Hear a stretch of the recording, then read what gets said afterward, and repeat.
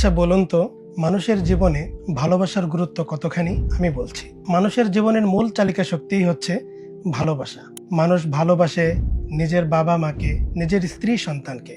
মানুষ ভালোবাসে ভাই বোন, আত্মীয় স্বজন সহ বিভিন্ন ধরনের মানুষদেরকে। কিন্তু কখনো কি ভেবে দেখেছেন, একজন মুসলমান হিসেবে আমাদের সবচাইতে বেশি কাকে ভালোবাসা দরকার? প্রিয়তম নবীজি সাল্লাল্লাহু আলাইহি ওয়াসাল্লাম, তিনিই হলেন আমাদের চোখের আলো, আমাদের হৃদয়ের আশা, আমাদের জীবনের পরম প্রত্যাশা। কেমন হয় একটি বিকাল রাসূল সাল্লাল্লাহু আলাইহি ওয়াসাল্লামের প্রতি ভালোবাসায় বিলিয়ে দিতে? কেমন লাগে রাসূল সাল্লাল্লাহু আলাইহি ওয়াসাল্লামের কথা ভেবে একটি রাত্রে সামান্য একটুখানি কান্না করতে? কেমন অনুভব হয় আমার রাসূলকে আমি হৃদয়টুকু দিয়ে দিলে?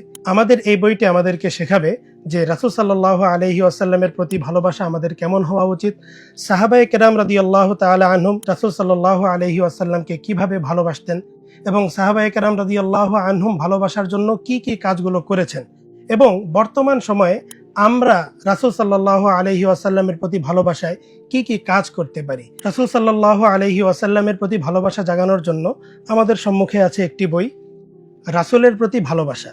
ইহদা পাবলিকেশন থেকে প্রকাশিত এই বইটি পড়লে আপনি জানতে পারবেন রাসূল সাল্লাল্লাহু আলাইহি ওয়াসাল্লামের প্রতি সাহাবীদের ভালোবাসার অত্যন্ত চমৎকার ঘটনাবলী সাহিত্যপূর্ণ এবং সুন্দর ভাষায় তুলে ধরা হয়েছে, যেই ভাষা আমাদের হৃদয়ে আঘাত করবে, যেই ভাষা আমাদের মেধাকে জাগ্রত করবে এবং যেই ভাষা আমাদের জীবনকে একটি সুন্দর গন্তব্য দান করবে। রাসূলের প্রতি ভালোবাসা নামক এই বইটি অর্ডার করতে ভিজিট করুন রকমারি.com-এ।